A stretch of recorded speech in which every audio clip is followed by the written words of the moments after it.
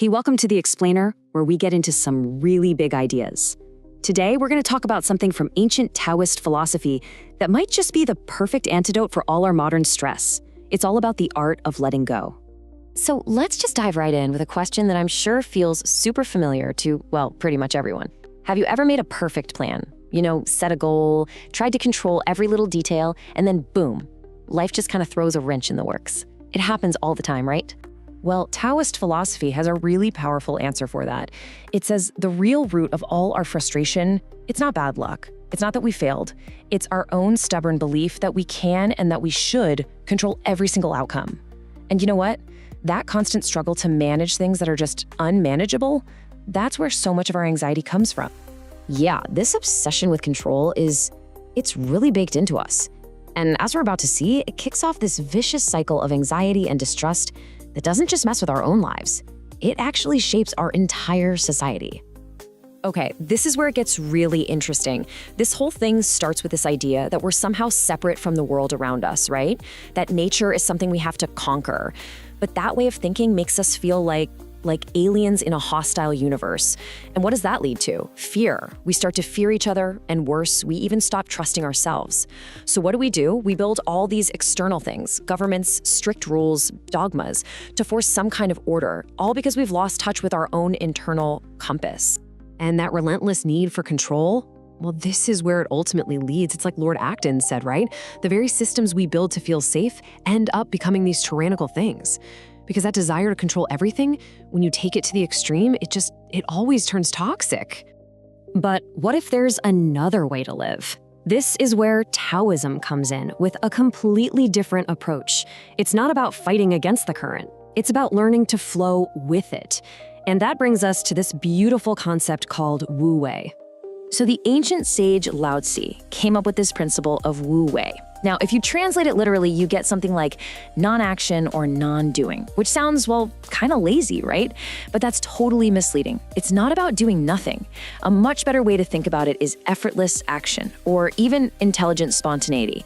It's the art of getting things done without having to force it. And just to be super clear here, this is not about being passive. It's a really active, really intelligent way of being in the world. Think about it like water. Water doesn't try to smash through a big rock, right? It just flows around it, effortlessly. You're still moving forward, you're still taking action, but you're doing it in harmony with the world, not fighting against it. And this is the central paradox of Wu Wei, and Lao Tzu just nails it here. The real power, the kind of control we've always wanted, it doesn't come from trying to force our will on everything. No, it comes when we finally let go of that desperate need for control and just allow things to happen. Okay, to make this idea really solid, let's look at this classic philosophical showdown. It perfectly captures this whole tension between forcing order versus just allowing it. All right, so on one side, you've got Confucius. He was all about creating a good society by imposing order, with lots of rules, rituals, social duties.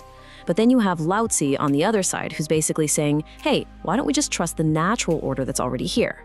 And here's the really cool part. In Chinese, the word for both of these concepts sounds the same, li, but they're written with different characters. Confucius's li means things like ritual and social rules, but Lao Tzu's li, that means the natural pattern of things, like the grain in wood or the fibers in a muscle. So Lao Tzu's whole point was, when you try to force all these artificial rules on top of things, you just create confusion and mess up the beautiful inherent harmony that was already there. So this all sounds like a really nice idea, a cool philosophy, right? But does it actually work in the real world, when the stakes are high? Well, let's take a look at an absolutely incredible real-world test of this very idea. Yeah, the Kon-Tiki expedition. This is maybe one of the most dramatic examples of Wu Wei you'll ever see. See, this explorer, Thor Heyerdahl, had this theory that ancient people could have sailed all the way from South America to Polynesia. So to prove it, he built this super simple raft out of balsa wood and basically just put his and his crew's lives into the hands of the Pacific Ocean. So instead of building a big, powerful boat to fight the ocean, Heyerdahl and his crew did the total opposite. They just trusted it. And the most amazing things started to happen. Nature just seemed to provide. The seawater didn't rot the logs. It made them swell up, which tightened the ropes and made the raft even stronger. Get this, flying fish would literally jump onto their deck every morning.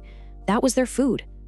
The very current they surrendered to, it became their perfect guide, just gently pulling them along the path of least resistance. And the result of all this trust? They traveled 5,000 miles across the open ocean, all the way from Peru to Polynesia. I mean, they proved it.